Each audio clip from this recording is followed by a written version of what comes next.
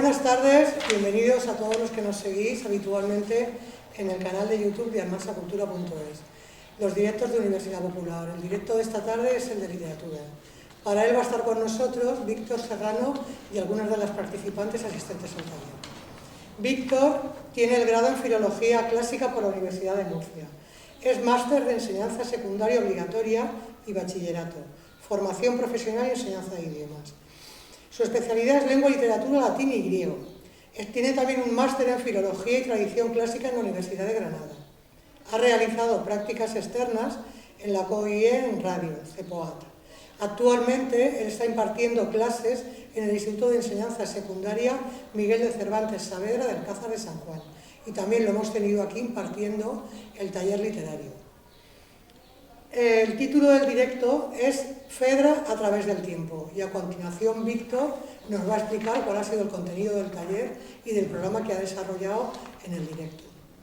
Víctor, tienes la palabra. Buenas tardes y muchas gracias Pilar por la presentación y muchas gracias a vosotras por venir. El taller de literatura este año lo que hemos estado viendo ha sido a Fedra, ¿no? Hemos tratado la obra de Fedra, de Hipólito en concreto, pero de Fedra a lo largo de los años, a lo largo de los siglos. Y es título, por eso le da el título al taller de Fedra a través del tiempo, ¿no?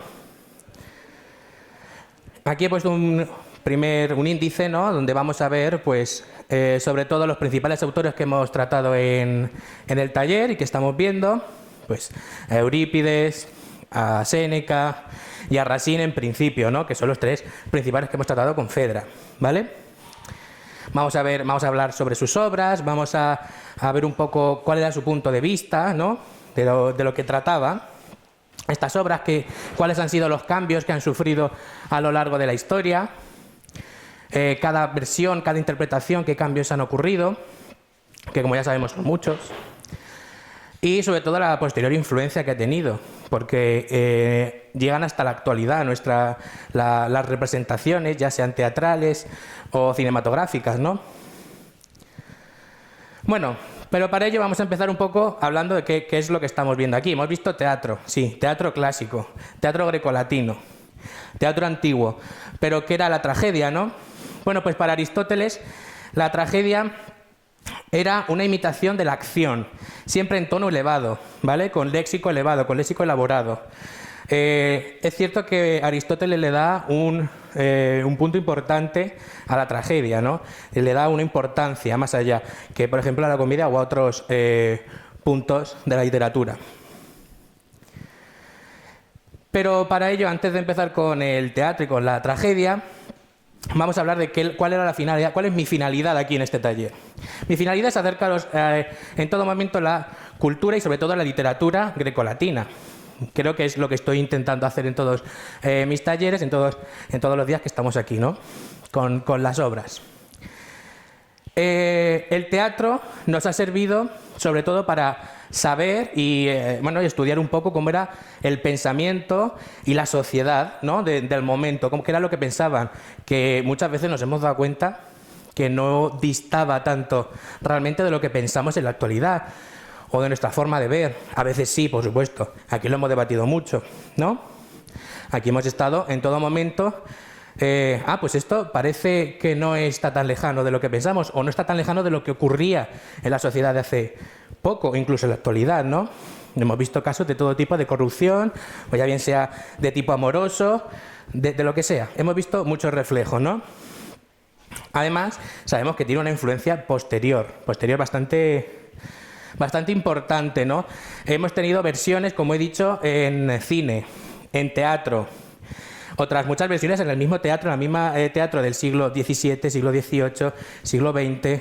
Ha habido muchísimas interpretaciones que no hemos logrado todavía ver todas, ¿no? Y por último, Fedra y Lisístrata son las dos mujeres que he escogido como representantes del teatro antiguo, del teatro clásico sobre todo, ¿no? En tragedia y comedia respectivamente. Creo que Lisístrata ya hablaremos en otro momento, pero sobre todo ahora vamos a ver a Fedra. Pero para ver un poco, entender un poco a Eurípides, hay que entender un poco cómo se veía la tragedia en Grecia, o cómo se consideraba, qué consideración tenía la tragedia. ¿De qué trataba la tragedia? Pues siempre ha buscado movernos algo dentro, ¿no? Siempre las emociones, cuando nos llevan las emociones al límite en las obras, a nosotros nos lleva, a la vez que estamos viendo cómo Fedra sufre, también sufrimos nosotros. También vemos cómo eso está bien, eso está mal, también juzgamos. Y eso también es lo que era considerado en la tragedia, en el teatro griego, no es lo que buscaba, emocionar, conmover, ¿vale? Vemos cómo también los protagonistas van a pertenecer sobre todo a la tragedia, a la clase alta, ya sean príncipes, reyes, héroes, que los héroes casi siempre eran parte de esta clase social.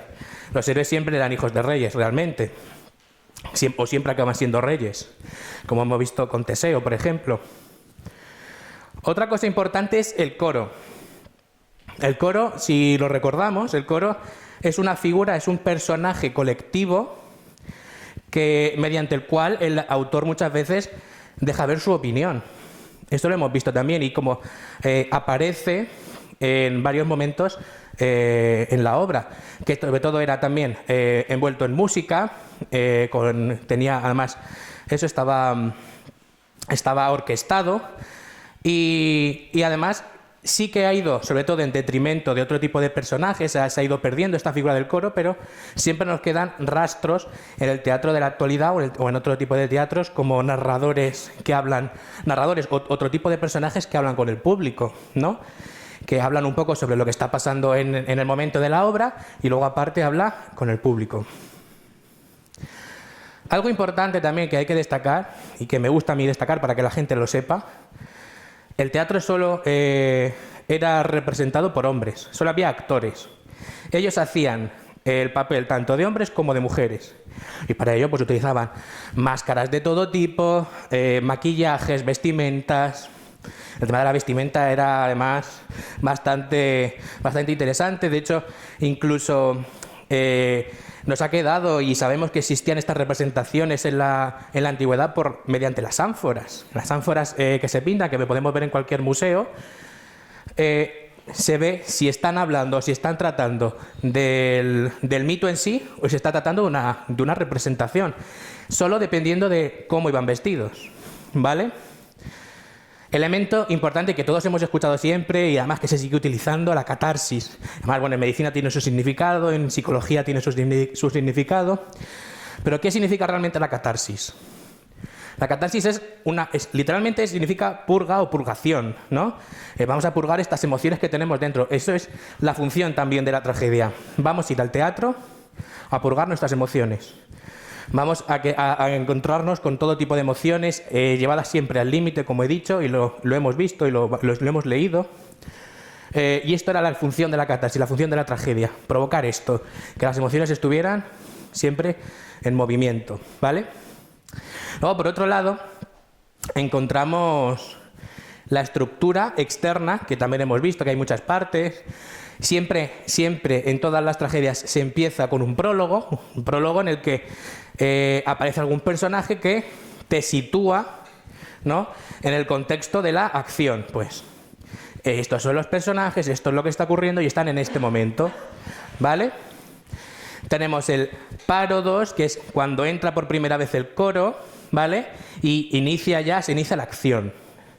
Los episodios son las partes dialogadas entre los propios personajes, ¿vale? Que pueden aparecer en varios momentos. Los estásimos son las partes que vuelven a aparecer el coro, que regresa el coro, ¿vale? Entre los episodios. Y los que se van, pues eso, dirigiéndose al público. Y el éxodo finalmente, el éxodo es un desenlace, ¿vale? El desenlace, una conclusión a esta acción. ¿Qué ha pasado? ¿Qué ha ocurrido? ¿Vale? Normalmente en tragedia pues ya sabemos que será un poco triste, ¿no? Y por último, los principales autores que se conocen y fueron los que se conocen y por orden de nacimiento además son Esquilo, Sófocles y Eurípides. del cual nos interesa sobre todo Eurípides, ¿vale? Que es del que partimos, la obra de la que partimos. Eurípides es este señor de la foto, se supone, claro, que no voy a decir tampoco la fecha, porque realmente nos interesa más el contexto, entender a este señor qué le pasaba, qué le ocurría, ¿no? Eurípides nació en un contexto en el que estaba en pleno apogeo la Segunda Guerra, bueno, en este caso la Segunda Guerra del Peloponeso, ¿vale? Esto, junto a otros muchos autores, les van a surgir pues ciertas actitudes antibelicistas que se van a acabar viendo sobre todo en sus obras. A unos autores les reflejará más que en otros. Muy importante que fue educado también por sofistas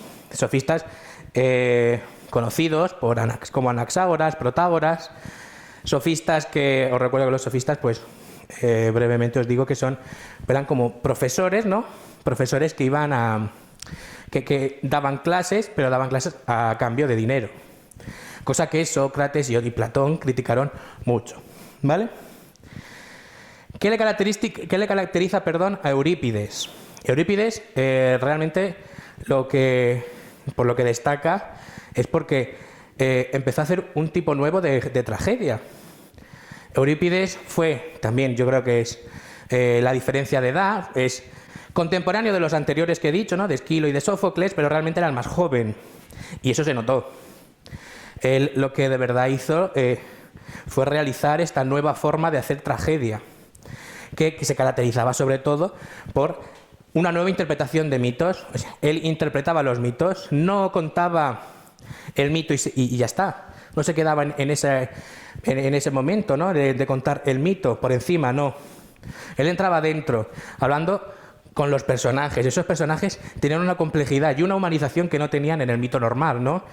Estamos hablando de que tienen que hablar. Esos personajes del que el mito nos han contado muchas cosas, en ese momento tienen que hablar.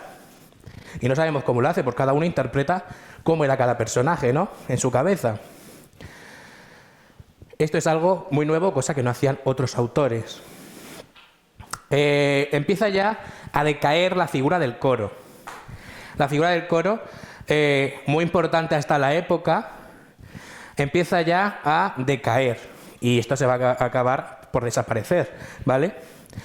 Todavía es fuerte aquí en Eurípides, pero ya vemos cómo va decayendo, como las partes suelen ser más breves y más simples, entre comillas, ¿no? Entre comillas, todo muy entrecomillado. Y sobre todo, y algo que le caracterizaba a Eurípides, era su crítica racionalista sobre la divinidad, sobre el concepto de divinidad. Esta característica le ha llevado a ser sujeto de diversas cuestiones y sobre todo se le ha tachado de ateo.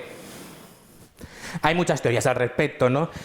Algunas sí que serán, sobre todo, que afirmarán que es ateo. Bueno, en unos textos podríamos ver o cómo sus personajes no hablan muy bien especialmente sobre los dioses o sobre una divinidad en cuestión, pero en otros veremos como sí. Esto es una dualidad que tampoco todavía se sabe, pero bueno, ya eso es materia también para adelante para el coloquio, ¿no? Que veremos ahora después.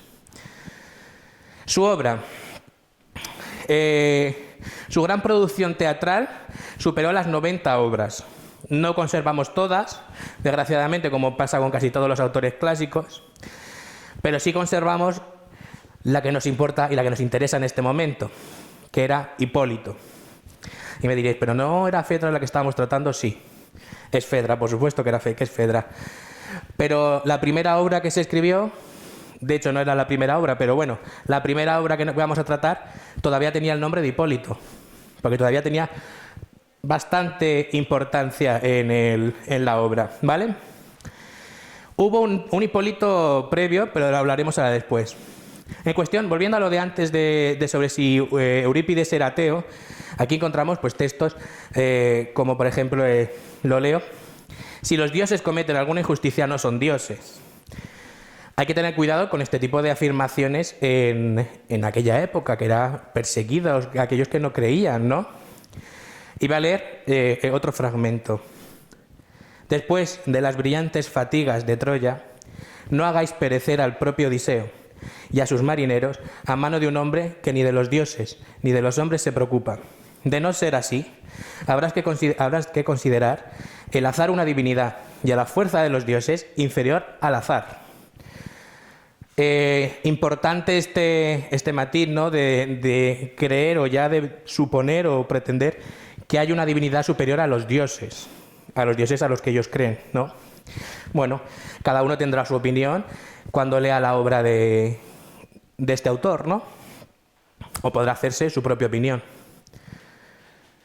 Y ahora vamos a ver qué personajes aparecen y nos interesan en esta obra, ¿no? Los personajes principales podríamos decir que son estos, sobre todo para ayudarnos a entender un poco de dónde viene todo esto, ¿no? De dónde viene este Hipólito y esta Fedra, ¿no? Fedra, por si no lo sabemos, es la princesa también de Creta, junto a su hermana Ariadna, que Ariadna puede que nos suene un poquito más, porque está ya ligada con Teseo. Teseo, el laberinto del Minotauro, del cual Ariadna le ayuda a salir del laberinto y se escapa con él en un barco. Pero en ese barco no solo se escapa ella, sino también Fedra y la nodriza de esta. Nodriza, que será personaje crucial en estas obras. Sobre todo en el coloquio hablaremos de ella. Volviendo a Fedra, Fedra se enamora de Teseo, Teseo se enamora de Fedra y abandonan a Ariadna en una playa. Bueno, no vamos a entrar también en el mito de Ariadna, pero bueno, acaba bien al final. Acaba siendo divinizada. ¿Y Hipólito quién es? Hipólito es hijo de Teseo, ¿vale? Hipólito es hijo de Teseo y dependiendo de la versión, podría ser de Hipólita, una amazona, o de cualquiera de sus dos hermanas, porque hay muchas versiones de este mito. Pero la más acertada es, sobre todo por que sus nombres están ligados, es Hipólita, ¿vale? Hipólita muere, según la versión, o bien a manos de Teseo, o bien muere en el parto de Hipólito. Entonces Hipólito queda a cargo de Teseo. Hipólito. Y ahora vamos con la obra de Hipólito en sí. La obra de Eurípides. Tenemos que tener en cuenta que no fue la primera obra escrita por Eurípides sobre Hipólito. El Hipólito que nosotros conocemos es el Hipólito Coronado, que fue la ganadora de uno de los concursos, ¿vale? Porque todas las obras de teatro estaban envueltas en un concurso, se presentaban todas a concurso. El Hipólito Velado no tuvo nada de éxito, quizá dicen porque tenía este tono ateísta muy marcado. Entonces fue muy criticada y no tuvo nada de éxito, entonces no fue ganadora, entonces no se ha conocido y de hecho ni la conservamos. Sabemos que existe por otros autores. Una característica importante de este Hipólito es que aquí vamos a ver cómo se enfrenta el protagonismo de Hipólito y el protagonismo de Fedra.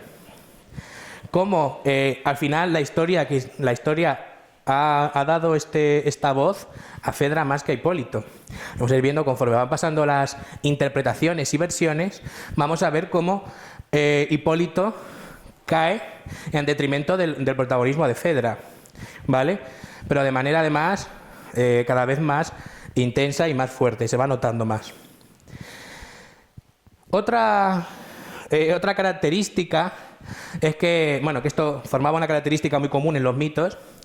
Sobre todo, era la gibris, el castigo por la gibris. ¿La gibris qué es? La gibris en griego es la soberbia, ¿no? La soberbia frente a los dioses.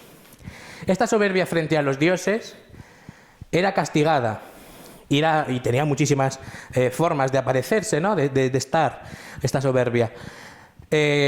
Sobre todo la vamos a ver en esta obra al comienzo, cuando Hipólito... él estaba consagrado a la diosa Diana o la diosa Artemisa, que era la diosa de la caza, una diosa casta, una diosa que permanece virgen.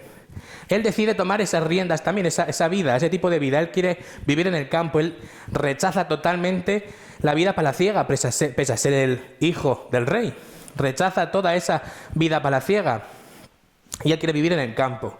Bueno, pues cuando están yendo a Trocén, que es la ciudad donde estaban exiliados además Teseo y Fedra, pasa al lado de una escultura, ¿no? De una escultura de Afrodita, la diosa del amor, y bueno, la trata un poco con desdén. Su criado, su esclavo, le está diciendo: cuidado, no trates así a ninguna divinidad, pese a no estar consagrado a ella, que tratarla siempre con un respeto. Pues eso quizás será el castigo que va a recibir, o gracias a eso recibirá un castigo, mejor dicho, que será que Fedra esté enamorada, de Hipólito, hijo de Teseo, hijo de su marido. Fedra se enamorará de su hijo, o de su hijastro, ¿vale? Algo más joven que ella. Otro tema también, el tema de la edad, algo también para el coloquio. Y finalmente, esto también, aparte de ser la Hibris ser un motivo, también tenemos otro motivo literario, que es la mujer de Putifar, que se ha llamado así, por un pasaje de la Biblia, ¿vale? Este motivo versa sobre la creencia de que, bueno, la característica de que un huésped llega a un reino y enamora, sin él quererlo, a la reina, ¿vale? A la esposa del rey. Esta reina intenta mantener relaciones con él, pero este le rechaza por respeto al rey, a quien le ha dado comida y asilo, ¿no? Ella, enfadada, con celos, decide inventarse una historia de: me ha intentado forzar o se ha sobrepasado conmigo. Entonces el rey lo que va a hacer es castigarlo, que siempre va a acabar en muerte, ¿vale? Pues es el mismo mito que le ocurre a Fedra y a Hipólito. Fedra se enamora de Hipólito, Hipólito la rechaza, y en un principio, bueno, al menos en Eurípides, vamos a ver cómo ella se suicida, pero antes de suicidarse escribe en unas tablillas una confesión sobre que Hipólito le ha intentado violar, ¿vale? Entonces ella, por pudor, por sus hijos y por su esposo, se ha suicidado, ¿vale? A posteriori Teseo se enterará de todo esto y le pedirá a su padre Poseidón que se encargue de su hijo. Bueno, aquí tengo un pequeño fragmento sobre que queda muy claro el punto de vista tan al límite que lleva la emoción, ¿no? Fedra, por ejemplo. La vida humana no es sino sufrimiento y no hay tregua en sus dolores. Lo que es más hermoso de la vida, la oscuridad, envolviéndolo, lo oculta con sus nubes. O sea, imaginaros que muy alegre no es tampoco la obra, ¿no? Que es bastante, dura. Aunque también hay otras obras incluso un poquito más duras que son, por ejemplo, Medea, también de Eurípides, y que siempre recomiendo. Bueno, finalizando ya con la tragedia griega, ¿no? Dejándola ya a un lado, vamos a ver cómo era el teatro latino, que es el que ya nos corresponde, porque pasamos a otra obra. Seguimos con Fedra, no nos equivoquemos, pero ya una Fedra interpretada por Séneca. Vamos a ver un poco cómo era la tragedia latina en un principio, ¿no? Como, por supuesto, ya enfocada a Séneca, no a otro autor. Enfocada a la tragedia y el teatro latino, enfocado a Séneca. Bueno, pues su característica principal es que recibía una influencia griega, básicamente griega, en la que se veía, por supuesto, en la temática. Salían pues todos los mitos, Fedra, Medea, etcétera, ¿vale? Eran todas las bacantes, las troyanas. Existen muchos, ¿no? Muchas obras, ahora lo veremos. Innova en la temática porque realmente lo que hace es reinterpretar el mito. Él no va a contar el mito como lo contó Eurípides. Ya vamos a empezar a ver los primeros cambios que luego supusieron el cambio a todos. La influencia posterior, la gran parte de la influencia posterior se ve sobre todo influenciada por Séneca, ¿vale? ¿Cómo va a tratar el mito? Para él el mito es un mero pretexto para contar su manera de pensar, su forma de pensar, que ahora vamos a ver que básicamente es el estoicismo, por adelantarme ya un poco a lo siguiente, a lo que viene. Su estilo siempre va a ser elevado, pero por su manera de haber sido instruido. Él se instruyó sobre todo en retórica, se instruyó en geografía, etnografía, y lo vamos a ver todo en las descripciones que utiliza Séneca, ¿no? Lo vemos, al contrario que Eurípides suele ir más al grano, Séneca lo que va a hacer es dar más rodeo. Siempre va a dar más rodeo y va a tratar algo mucho más, un poco más elaborado, con unas descripciones muchísimo más profundas, ¿vale? Por eso el exceso de erudición geográfica. Va a tener su carácter retórico, como he dicho, por su instrucción en retórica y oratoria, ¿vale? Es muy importante también que cambia la estructura en 5 actos más las intervenciones del coro entre estos actos, ¿vale? Séneca. Bueno, Séneca es un autor que nació en Córdoba. Pues, me gusta remarcarlo porque, bueno, para uno que tenemos con su origen hispano, ¿no? Pues vamos a remarcarlo. Que también es cierto que vivió muy poco tiempo aquí, también. Se fue a Roma muy pequeño y luego estuvo viviendo con su tía, con sus tíos. Y vivió no solo en Roma, sino también en Egipto, donde ya estuvo en contacto con muchos cultos, muchísimas religiones, muchísimos tipos de filosofía y de tipos de pensamiento. Y donde ahí se empezó a ver. Otra cosa interesante y que además le marcará mucho en su época y su manera de pensar es que fue condenado 2 veces a muerte por adulterio. Las 2 veces fue absuelto, fueron por los 2 emperadores previos a Nerón y que lo mandaron al exilio. Esto marcará, por supuesto, su manera de escribir, su manera de pensar. Finalmente regresará a Roma y, ojo cómo regresa, que después de estar exiliado y condenado 2 veces a muerte, regresa como consejero político de Nerón. Una posición bastante importante dentro del imperio, ¿vale? Luego también será el culpable de su muerte, pero bueno, esto es así. En un momento estás aquí arriba y en otro momento no lo sabes. Vamos, el Séneca filósofo. Todos conocemos a este Séneca, ahí sabemos que está Séneca el Viejo, que es su padre, y luego este Séneca. Que este Séneca sobre todo lo conocemos por su filosofía, por su manera de pensar, por todos sus tratados filosóficos, su manera de ver el mundo, ¿vale? Como he dicho, en su juventud estudió pues, geografía, etnografía, geología, todo eso le lleva pues, a todas estas descripciones, ¿no? Que eran bastante intensas. Estuvo en contacto con los pitagóricos, estuvo en contacto con los cultos de Isis y Serapis, que son dioses egipcios que alcanzarán tanta importancia como cualquier otro dios greco-romano, ¿vale? Y finalmente con el estoicismo. El estoicismo. Entendemos estoicismo como, aquí al lado lo pongo, ¿vale? Como nuestras acciones son solo nuestras, ¿vale? No son de nadie más, tenemos que ser responsables de nuestras acciones y hacernos responsables de nuestras acciones, ¿eh? Unas son consecuencia de las otras. Tienes que renunciar a todo aquello que no esté en tu mano, que no dependa de ti, ¿vale? El bien y el mal no existe, porque si no existe el mal, el bien tampoco. Todo está tramado por una divinidad, llamada cosmos, ¿no? Como la llamaban ellos, pero que estaba todo ya escrito. Vemos como algunas de estas nociones también nos pueden sonar porque las pensamos en la actualidad y nosotros somos herederos en gran parte de la filosofía estoica que recoge mucho el cristianismo, ¿no? Y es ha sido nuestra manera de criarnos, ¿vale? Aquí me gusta poner esta oración, ¿no? Que es en latín ducum volentem fata, nolentem traum, que es los destinos, los hados, conducen al que quiere y arrastran al que no quiere, ¿vale? Es básicamente que si algo te tiene que pasar, te va a pasar. Puedes ir con él o puedes ir a contracorriente. Será siempre más fácil ir con el de la mano, ¿no? Bueno, y ahora vamos a lo que nos interesa, que sigue siendo Fedra. Ya el primer cambio que nos va a llamar la atención es que el nombre, ya por primera vez, va a destacar Fedra. A partir de aquí vamos a ver Fedras y Fedras, y nunca Hipólitos, ¿vale? Hombre, hay obras sobre Hipólito, pero siempre la protagonista será Fedra.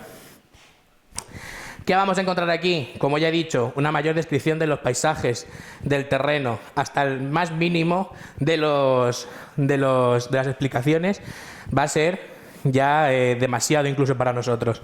Que la persona que no le guste mucho o tanto el realismo, aquí lo va a encontrar. Que aquí ha pasado, ¿no? Que hemos tenido opiniones diferentes. Luego, además, cambio del orden de los acontecimientos. Sabemos que ella, Fedra, se suicida y a posteriori, ¿no? Muere por culpa de su padre o de Poseidón, muere Hipólito. Pues aquí va a ocurrir al revés. La muerte de Hipólito va a llevar la muerte de Fedra, ¿vale? Esto es una característica bastante importante porque es como actualmente se suele representar el mito, más que al revés, como Eurípides, ¿vale? Aquí vamos a encontrar casi imperceptible la intervención divina. No aparece como aparece, por ejemplo, en Eurípides, que vemos que aparece al principio y al final la divinidad de Afrodita y la divinidad de Artemisa. Aquí no va a aparecer. Y por supuesto va a ser un fiel reflejo de su pensamiento estoico. Vamos a ver cómo él piensa y sobre todo cómo piensa ante el suicidio. Porque él cogió el estoicismo como filosofía con la que guiarse, ¿no? Con la que guiarse, pero él hizo su propio estoicismo. Él supone también una sedición de este estoicismo que además él considera el suicidio no estaba bien considerado en el estoicismo, ¿no? Tú tienes que dejar que tu vida termine cuando tiene que terminar. Tú no puedes poner fin a esa vida. Mientras tanto, él lo que opinará es que quién mejor para decidir que termine tu vida sino ahora, ¿vale? Cuando él quiere, cuando tú lo decidas. Porque tú tienes que hacer el rol de tu vida hasta el final. Y eres tú el que tienes que decidir cuándo se acaba este papel. Y vamos a pasar, llevamos unos siglos bastante posterior, ¿vale? Vamos al siglo XVII, ¿vale? Aquí hay una pequeña rata, perdonadme. Al siglo XVII. Y un autor francés, Jean-Baptiste Racine, perdonadme por la pronunciación, no soy francés, ni sé francés, perdonadme. Un trágico, un dramaturgo neoclasicista que va a recuperar todas estas obras trágicas griegas o grecorromanas, vamos a llamarla, porque grecolatinas, porque también la influencia de Séneca, por supuesto, se va a notar. Y, por supuesto, como he puesto aquí, influencia de Séneca, porque es una copia, ¿no? Un poco de la estructura, pero con algunos cambios bastante importantes también. Cambios que también se verán un poco. Él se crió en una cultura, en una religión jansenista, que es una sedición del cristianismo, ¿no? Que al final él va a rechazar esta religión porque no se va a acabar llevando bien con este tipo de pensamiento, con este tipo de cultura, ¿no? Pero finalmente se sabe que se quiso reconciliar con esta religión sobre todo porque quería ser enterrado en Port Royal, que es donde él se crió. Finalmente sabemos que luego, cuando terminó de hacer estas dramaturgias, ¿no? Él se dedicó a ser cronista del rey Luis XIV, ¿vale? Vamos con su obra. Bueno, él hizo, como él vuelve a repetir, de índole griega o grecorromana. Tenemos a Andrómaca, a Británico, a Berenice, a Ifigenia y, por supuesto, a la que nos interesa, a Fedra, ¿vale? Hizo comedia y hizo tragedias de índole bíblico, ¿no? Que también están Esther y Atalía. Nos interesa Fedra, ¿no? Cambios principales. Va a introducir un personaje nuevo, un personaje que no existía, un personaje que no sabíamos de su existencia. Aricia. ¿Quién es esta Aricia? Esta Aricia es, como os he dicho antes, Teseo y Fedra estaban exiliados en esta ciudad de Trocén porque Teseo había matado a sus primos y a su tío porque ellos querían arrebatarle el trono. Y como habían matado a alguien de su familia y eso era considerado un mal mayor para los griegos, fue exiliado durante un tiempo. Esta Aricia era una hermana de estos primos, de la que no se conoce, y esto es un personaje totalmente inventado por Racine, ¿vale? Esta Aricia va a conseguir lo imposible, porque Hipólito, como recuerdo, se consagra a Artemisa. Él se mantiene virgen, se quiere mantener virgen hasta el fin de sus días. Y esta Aricia le hará plantearse todo esto. Él se va a enamorar de esta Aricia y va a intentar salvarla porque está cautiva. ¿Qué también es importante? El orden de la muerte. Plena influencia de Séneca. O sea, Séneca aquí establece lo principal. Muere primero Hipólito y después Fedra. ¿Cuál va a ser un cambio importantísimo también y propio de Racine? El reflejo de la vida palaciega. Ya no se va a hablar de una vida palaciega grecolatina o al estilo grecolatino, al estilo griego, al estilo romano, no. Ahora se va a hablar al estilo francés. Esa parte, se nota mucho el estamento, sobre todo de la clase social alta, lo que son aristócratas, lo que son los reyes, y luego su relación con los esclavos, con los súbditos, ¿no? Los súbditos siempre van a estar por debajo, y eso lo vemos cómo trata Fedra a la nodriza, que aquí ya se llama Énone, que quiere poner nombre. Fedra y Énone, en un principio, en Eurípides y en Séneca también se ve, tienen una relación muy estrecha. Tan estrecha porque la nodriza fue quien la ha criado desde pequeña, porque su madre no estaba. La crió desde pequeña y la tenía como una hija. Y eso se ve muy claro en Eurípides y en Séneca. En cambio aquí se va a notar la diferencia entre quién es la reina y quién es la súbdito, ¿no? Y finalmente, bueno, como he dicho, el trato entre los reyes y todo tipo de aristócratas y clase social alta con sus esclavos. A posteriori sabemos que tienen una influencia, o que ha tenido una influencia, pero a niveles, por supuesto, en otras esferas del arte, y encontramos aquí en España una de las primeras representaciones que se hizo. La interpretación es también una interpretación totalmente diferente, tiene una estructura de base, pero los personajes cambian su forma de ser y no es tan fácil, no es tan reconocible como puede serlo en otras. Pero se ve muy claro quién es Fedra, la protagonista, sigue siendo ella la protagonista, no es Hipólito, y se hizo aquí con Emma Penella como protagonista, y fue una película de Murotti, ¿vale? Uy, perdón. También tenemos otra representación más hollywoodiense, ¿no? Que es la de Melina Mercury como Fedra, y encontramos, semejante. Esta aquí sí que se parece más, y la recomiendo mucho porque se parece mucho más la estructura, pero con este toque moderno, un poco más actual, ¿vale? Y aún no nos vamos a ir más a la actualidad, vamos a llegar un poco a 2018, me parece que fue. Es la representación que se hizo aquí en España, realmente por toda España, de Lolita como Fedra, y salen personajes bastante, es una interpretación bastante senequiana a mi parecer, ¿vale? Y tampoco se la pueden perder porque es, maravillosa. Y hasta aquí la parte de la exposición. Muchas gracias por escucharme, ¿no? Por atenderme. Y ahora, empezamos con el coloquio. Primero, ¿alguna pregunta para hacerme? Si no, empezamos.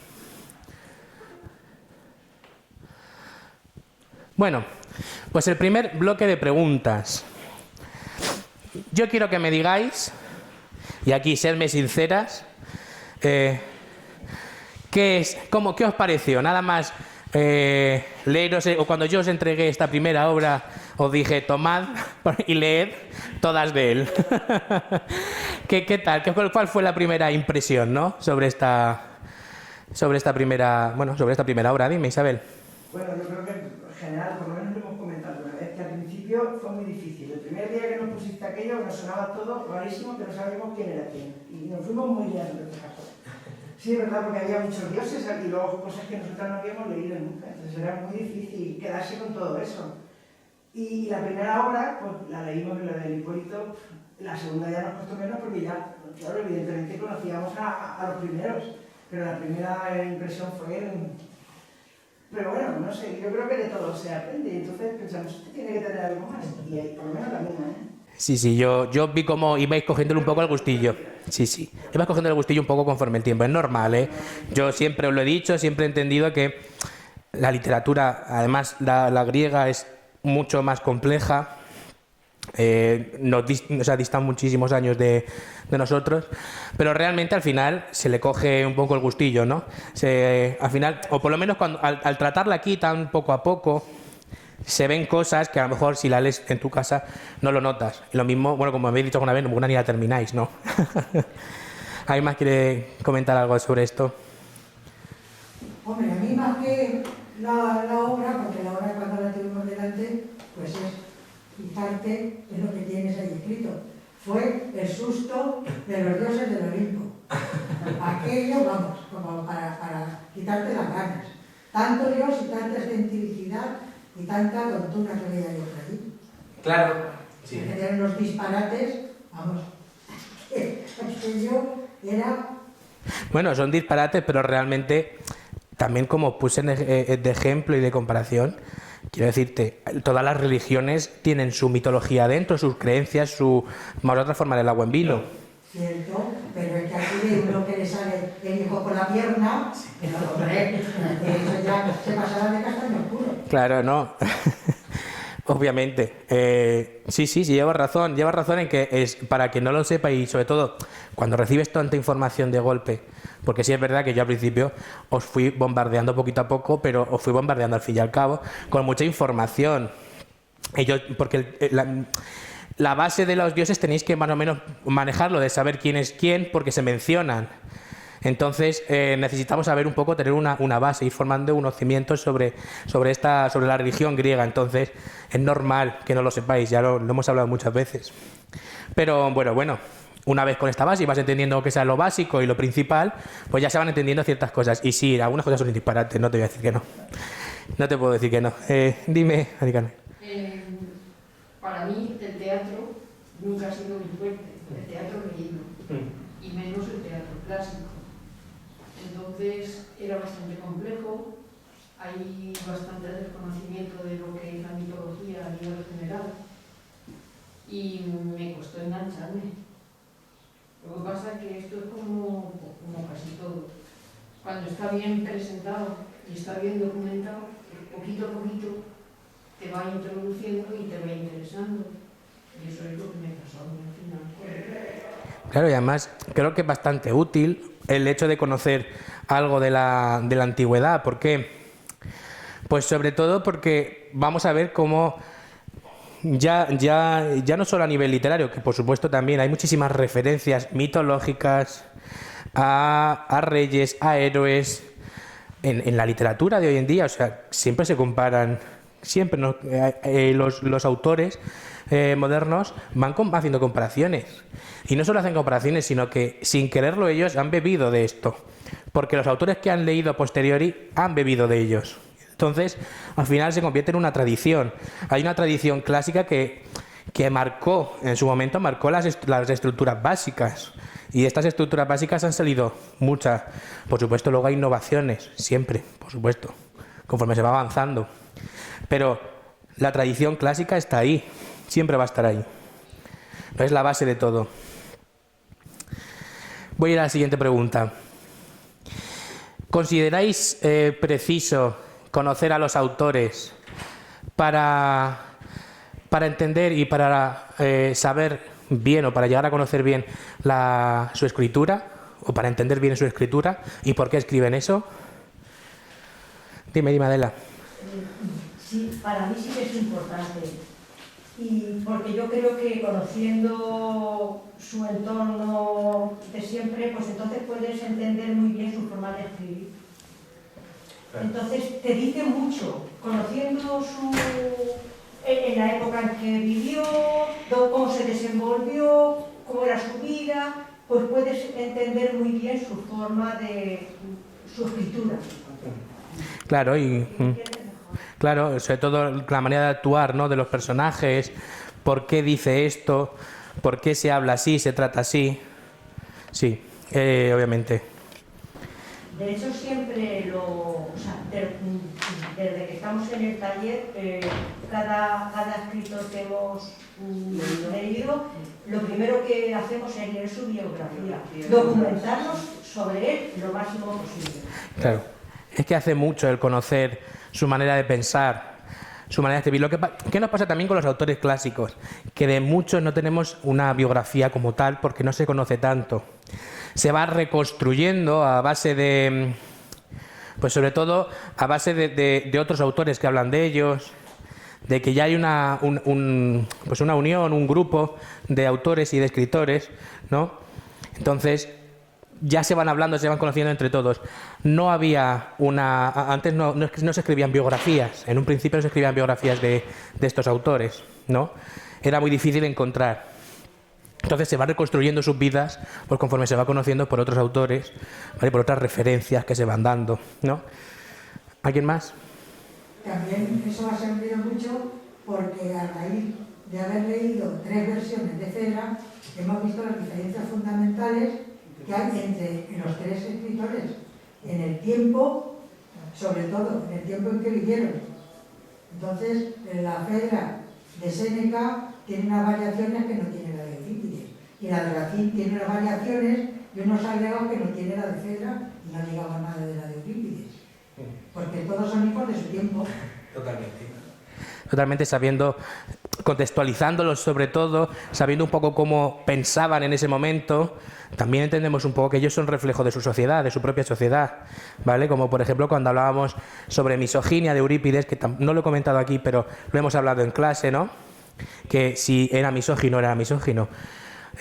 Como la forma de tratar a la mujer, pues obviamente su sociedad lo era, desde nuestro punto de vista, desde el suyo a lo mejor no, porque era una sociedad pues obviamente machista, patriarcal, ¿no?, en el que era el hombre el centro. Dime, Adela. Lo que ya has dicho, que en las obras de teatro solo trabajaban hombres y los que hacían de mujer se disfrazaban de mujer, o sea, ya no hay más que decir. Claro, es que la mujer no formaba parte de ningún estamento, entonces, de ningún estamento social ni político de ningún tipo. Ya lo sabemos, como os he explicado, que ellas estaban relegadas a la figura de gobernadora de la casa, ¿no?, de aquella que tenía que pues mantener una casa y a unos hijos, ¿no? Sí es cierto, y también os lo comenté, que sí que hubo mujeres que hicieron cosas y que se dedicaron bien a escribir, o a lo que fuera o a lo que pudieran, pero que intentaron luchar por por una libertad que no tenían o que no se les concedía, ¿vale? Era difícil, era complicado y hubo muy pocas, o se conocen de muy pocas, pero a verlas, allí estuvieron. Dime. Yo, añadiendo a lo que dice Adela, creo que ya lo comenté el otro día, que me llama la atención eso, siendo ese sentido que tienen y que tengan que defender la postura de la mujer, o sea que estarían unos hombres que estarían ahí convencidos, o sea que tendrían algo de... Sí, sí. Sí, esto también lo comentamos un día, lo hemos comentado alguna vez, pero yo creo, y esto obviamente esto ya es opinión propia, yo creo que el dedicarse a lo que se dedicaban es, como siempre se ha dicho, ¿no?, de los actores, cuando en un momento cuando era el tema del actor o ser actriz no estaba tan bien visto como en la actualidad, se les criticaba porque tenían otra manera de pensar también, ¿no?, una mentalidad un poco más abierta, por supuesto. Yo creo que también cuando tenían que hacer una Lisístrata, ¿no?, que ya hablaremos de ella, tendrían que tener o compartir mínimo un ideal, ¿no? También habría quien trabajara por dinero, quiere decir, que le moviera el dinero, yo tengo que hacer esto, pues lo hago y punto, ¿no? Pero que sí, me gusta pensar que sí, que hubo gente que por lo menos tenía otro tipo de mentalidad, ¿no?, y que quería defender algo. Yo no creo que eso fuera así. ¿Cómo? Porque eran unos personajes que interpretaban un papel, ni más ni menos. Que aquello es lo que, vamos, según pienso yo, no creo que les influyera mucho como personas. Sencillamente hacían su trabajo. Tenían que representar el papel de una mujer, pero no creo que fueran tan fundamentales en la evolución de la mujer. No estoy diciendo que fuera... Hacían su trabajo porque de ahí el trabajo del actor.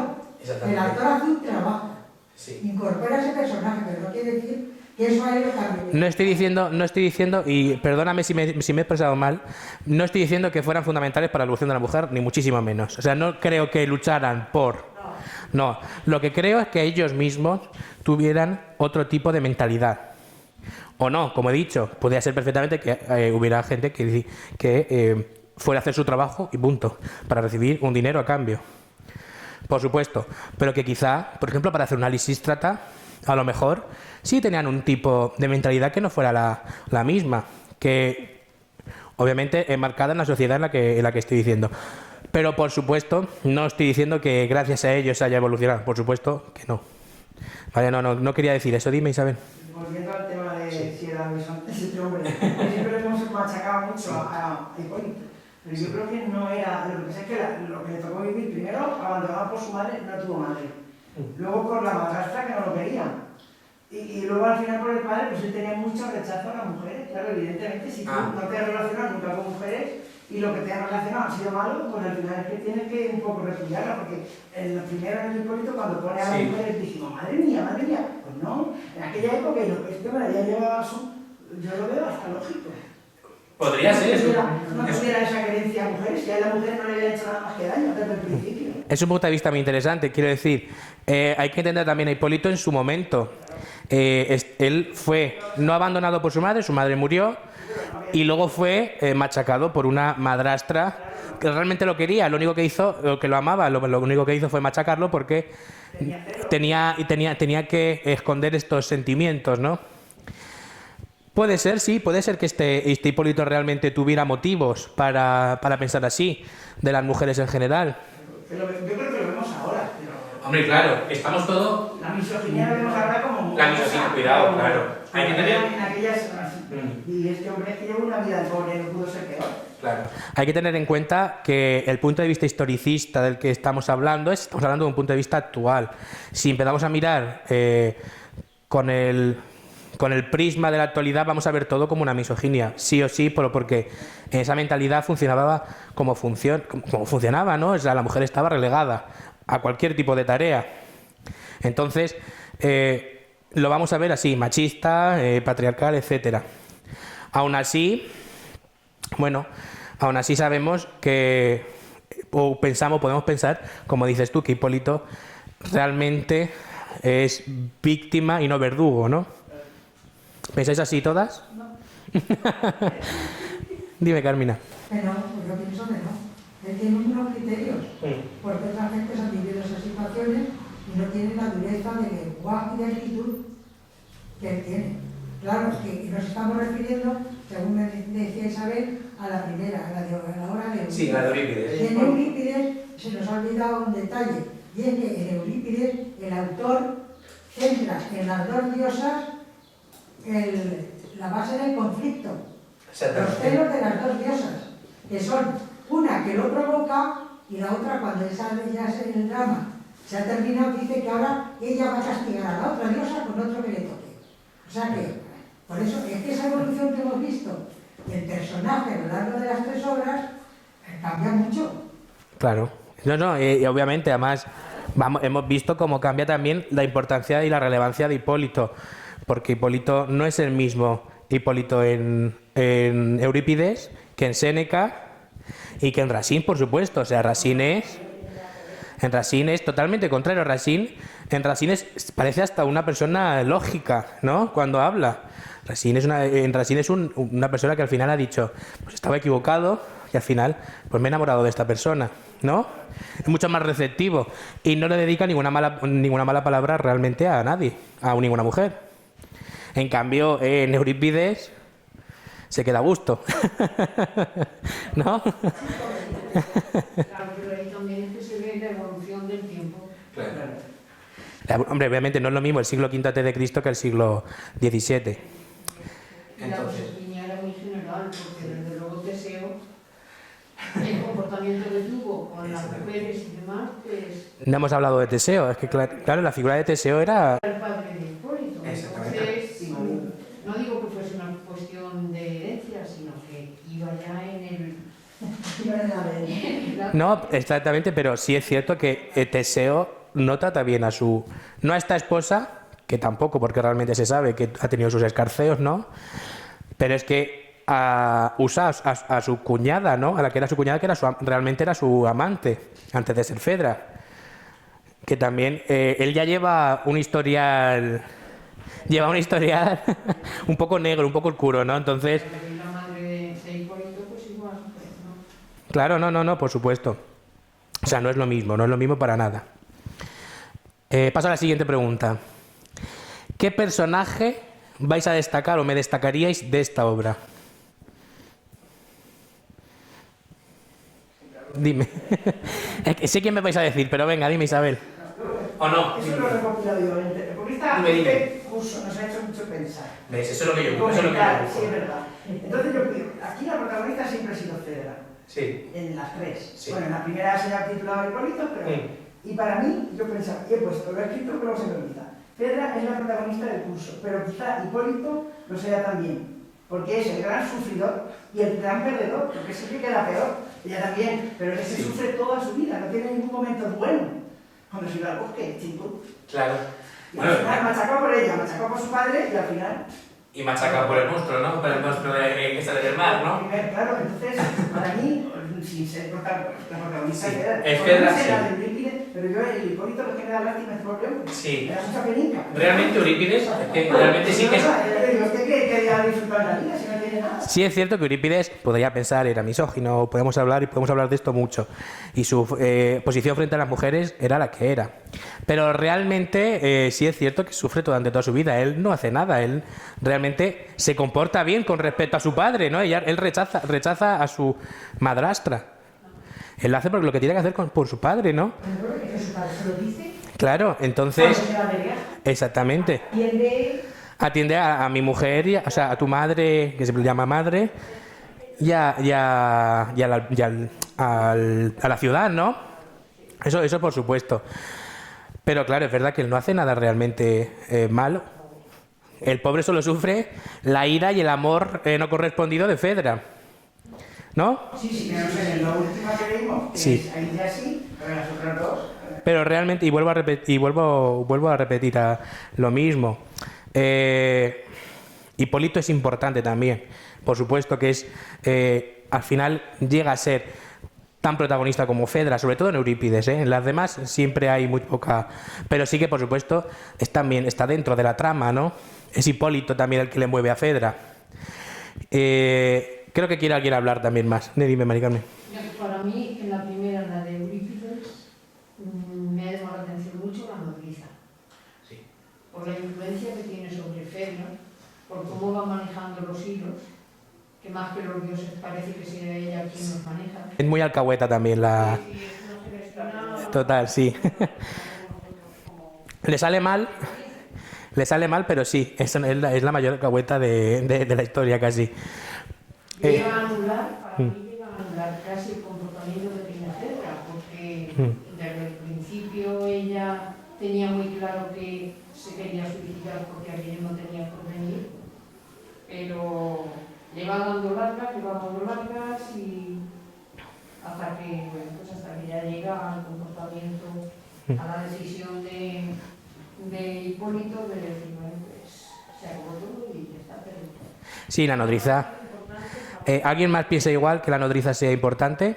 Sí, yo pienso que es muy importante la nodriza.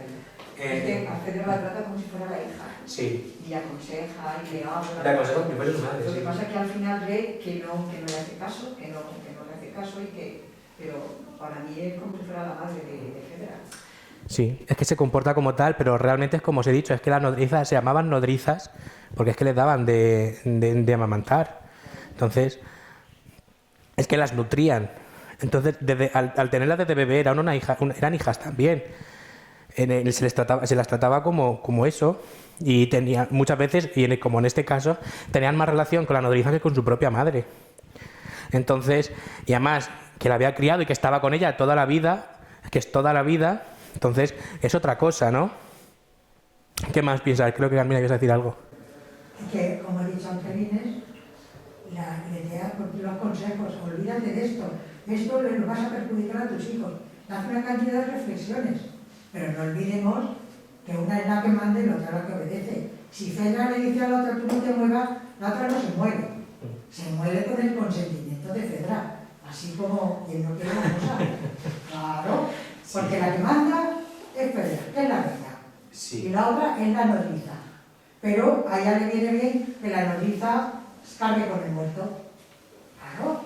Pero la mujer estaba dominada por la pasión, Fedra. Bueno, Entonces vale. veía más allá. Era incapaz de... Vale, pero ¿le hace reflexionar la nodriza o no?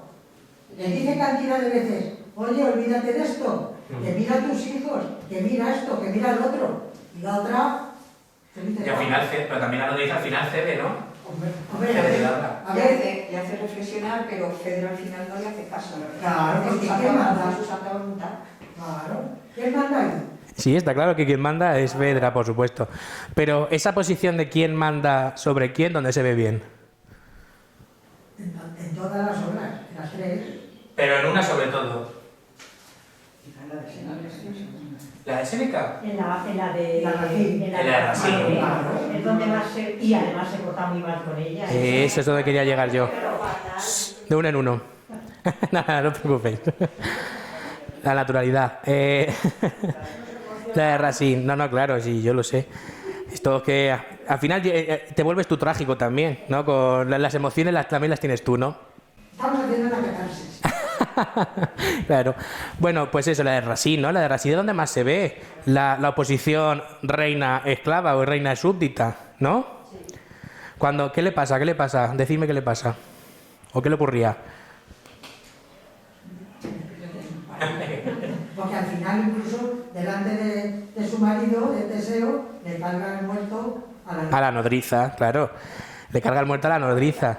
Al final, aquí no se nota tanto este sentimiento de amor madre-hija o sí materno-filial que surge o que está, por ejemplo, muy presente tanto en Eurípides como en Séneca. En Racine no está este sentimiento. En Racine, y yo, como lo hemos hablado aquí muchas veces, es sobre todo por la época en la que están. En esa época había niñeras, pero no eran como... No eran como estas que llevaban tanta cercanía, ¿no? Se encargaban de lo que se tenían que encargar, ¿no?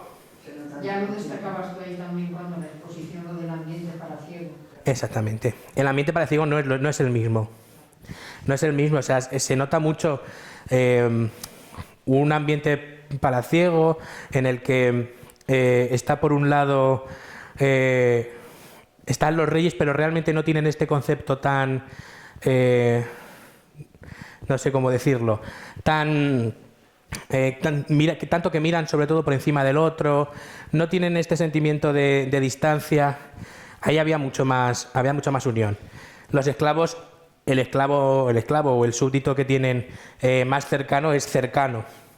Tiene un sentimiento cercano. ¿Qué le pasaba también a Hipólito con el esclavo que tenía? El esclavo también le estaba aconsejando, aparece un esclavo aconsejándole. En cambio, eso en Francia, en el siglo XVII, no estaba. O sea, el súbdito era súbdito y hacías lo que yo te digo, yo llevaba la voz cantante y ya está. Y no había sentimientos de por medio ni tipo de emociones. ¿Vale? ¿Alguien más quiere decir algo? Os sigo con la siguiente pregunta. Entonces la nodriza, ¿no? Vamos a destacar a la nodriza, ¿no? Por encima también. ¿Y cómo describiríais a Hipólito? Al personaje de Hipólito. ¿Cómo era? ¿Cómo ha ido evolucionando, ¿no? Con respecto a las demás a las obras. ¿Cómo empieza? Como vemos en Eurípides, que tiene importancia, tiene bastante relevancia, pero en Racine ya he decaído mucho. Y por medio está Séneca, que también decae.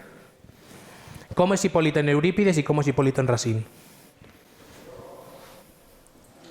Hombre, pues pensando un poco, posiblemente fuera todo producto de la sociedad machista. Conforme se va avanzando, Hipólito gana en inocencia todo lo que le achacan a Fedra en culpabilidad.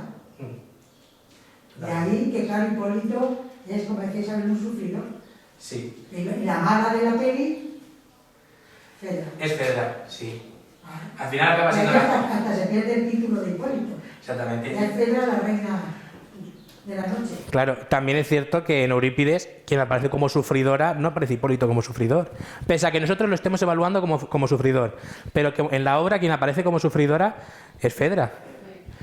Culpable de este amor que le han suministrado, ¿no? Que le ha llegado porque exactamente la diosa, ¿no? Es ella la sufridora la que lo está pasando mal, claro, se ha enamorado del hijo de su marido, de la persona equivocada, del hijo de su marido además. Es que esto no es solo adulterio, es que encima es por pudor que le va a... Claro, acordaros también el sentimiento este de pudor que tenían en la época, ¿no? Que era tan importante, la vergüenza de que iba a perdurar a sus hijos, que eso también se lo advierte ¿quién? La nodriza. Y en la de Eurípides, Sí. yo también me parece que Hipólito tiene ahí un conflicto un poco patológico entre la castidad y el amor. Él había de ser totalmente Virgen. virgen, sí, pues metido en su mundo. Sí. Sí, él realmente, es que él lo que quería y lo que buscaba es, él rehusaba de toda la vida palaciega de la que hemos hablado. Él no quería ser rey, no quería heredar el reino. Él quería irse al campo, vivir de lo que cazaba, de lo que encontrara. Y rechazaba todo tipo de acercamiento femenino. O sea, no le gustaba. Entonces, con eso, él quería ser feliz. ¿Qué le pasó? Que tuvo la mala suerte de que su madrastra se enamorara de él. ¿No? Vamos al último bloque. Ya hemos hablado además sobre el detrimento, ¿no? Del personaje de Hipólito frente al de Fedra, ¿no? ¿Qué tal os parece el personaje o la adición del personaje de Aricia en Racine? Esta prima que no sabíamos nada, que estaba encima encarcelada. ¿Hay que decir algo? Dime, Isabel. Que no había salido ni sabíamos nada de esta mujer, pero bueno, en esta obra da como una poca de esperanza, porque por lo menos Eurípides Hipólito es un poco feliz con esta mujer, porque hasta ahora no hemos visto nada. Entonces aquí tiene otra serie de cosas que él, por primera vez en las tres que hemos leído, es un poco más feliz. Sí. Como persona se siente mejor. Sí, sí, sí. No le sirve para nada. Se reconcilia, creo que incluso Sí, consigo y mismo. además es como otro Hipólito, no tiene nada que ver con el primero. Pero que a mí por lo menos me ha gustado porque por lo menos se lo cree, yo qué sé, ya le tocaba algo bueno. Claro, ¿no? Claro, si lo ve como sufridor, claro. Ya le tocaba al pobre como algo nuevo en sí. Me han gustado las tres, pero sobre todo bueno, Que Alicia es una víctima de Teseo, de las andanzas de Teseo y sus circunstancias. Totalmente. ¿Vale? Aquí es otra sufridora más, realmente. Esta sí la ha sufrido la con mayúscula. Sí. Porque, ¿qué le ha pasado a Alicia? ¿No? Mata a sus hermanos. El Teseo mata al hermano, ¿a cuántos? 5 o 6 tenía. Sí, 5 o 6 cinco. hermanos tenía. Mm. Se los liquida todos al padre, ya ella se la lleva para que no tenga chiquillos y puedan vengar a su familia. Pero ¿y cómo es este personaje? O sea, ¿es inteligente o no lo es? Sí. Para mí es inteligente. Además, me gusta mucho el personaje de Alicia, porque aconseja a Hipólito que defienda su honor, que le diga la verdad a su padre, porque el padre no sabe la verdad de lo que está pasando. Sabe lo que le dice Fedra, pero no sabe la verdad. Y entonces Alicia aconseja a Hipólito de que defienda su honor, que le diga la verdad, y que si tiene que caer Fedra, que caiga Fedra, que él no tiene la culpa de lo que está pasando, que la culpa la tiene Fedra. Y también, Porque él en ningún momento, Fedra se enamora de él, pero él en ningún momento la sigue. exactamente. Él se quiere ir al campo con los caballos, con la naturaleza, y luego viene Alicia y entonces se enamora de Alicia. Claro. Y Aricia se mantiene también muy fría cuando... exactamente, cuando Hipólito, arrebatado ya del amor también, de este amor, le pide que se venga y que vamos a conseguir el reino. Y Aricia le dice, ¿qué le dice? Tranquilo, cuando lo tengan me vienes y me recoges. Aquí te espero, pero no me prometas decir si todavía no lo puedes. Además, ¿y cómo se comporta luego con la muerte de Hipólito cuando muere? ¿Os acordáis? Cuando muere, quien está ahí con él, ¿quién es? Es Aricia. O bueno, quien va luego a por él, ¿no? Con el último alito ya se dedica a una serie de palabras, ¿no? Hombre, es que como antes le había dejado ya el encargo Hipólito, que la cuidara. Claro, exactamente. O sea, el personaje de Aricia es bastante interesante cómo lo introducen, ¿no? Pero también tienen aquí de que le dice a Hipólito que le consiga el reino, porque ahí también está, ella ya tiene un interés en que Hipólito, porque hay unos que van por Alicia y otros por Teseo. Entonces, ahí Hipólito está un poco grande. Claro, y si no llega a ser por Aricia también, que le pone los pies en el suelo, no sabe por dónde tiene que tirar también, ¿no? Porque él realmente en un principio sí rechazaba el reino, pero por otro lado aquí ya hay un interés. Que hay un interés. Aquí lo que le pasa a Racine también, y que también creo que es reflejo de su sociedad, y decidme si me equivoco o si me decís de manera diferente, es el tema de las herencias, de heredar el trono, de heredar la corona. Aquí es algo ya que antes no le interesaba con Eurípides y con Séneca, pero aquí, por Aricia, que también le sirve para poder salvarla, ¿no? Sí, lo ve como una cuestión de justicia. Exactamente. Bueno, pues muchísimas gracias por venir, muchísimas gracias por atendernos, muchísimas gracias también por vernos por el canal de YouTube y muchas gracias a vosotras.